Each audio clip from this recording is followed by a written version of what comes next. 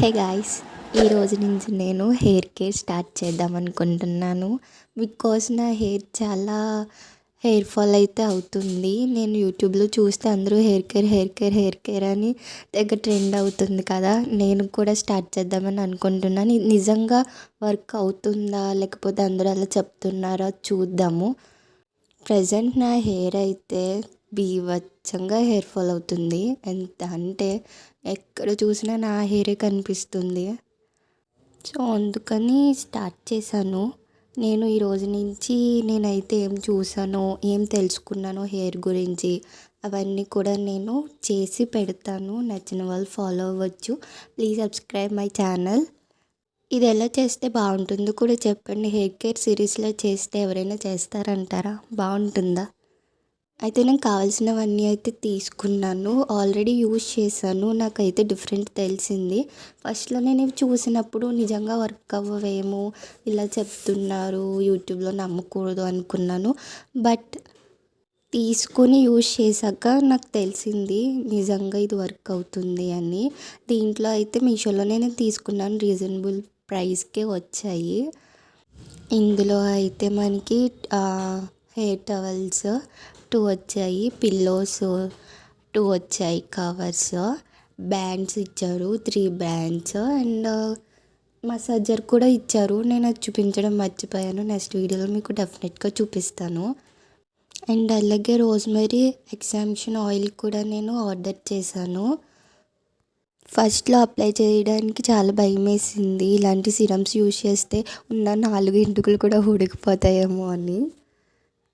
But అంతే, hair fall అయితే ఏం అవ్వలేదు. హెయిర్ కేర్లో మనము యూజ్ చేసే ప్రోడక్ట్స్ ఎంత ఇంపార్టెంటో అలానే మనం తీసుకునే ఫుడ్ కూడా అంతే ఇంపార్టెంట్. ఫస్ట్ మనం మన ఫుడ్ హ్యాబిట్స్ కూడా మార్చుకోవాలి. జంక్ ఫుడ్స్ కూడా అవాయిడ్ చేయాలి. అది మాత్రం నేను అసలు చేయలేను. అయినా హెయిర్ కోసం తప్పదు, చేయాలి.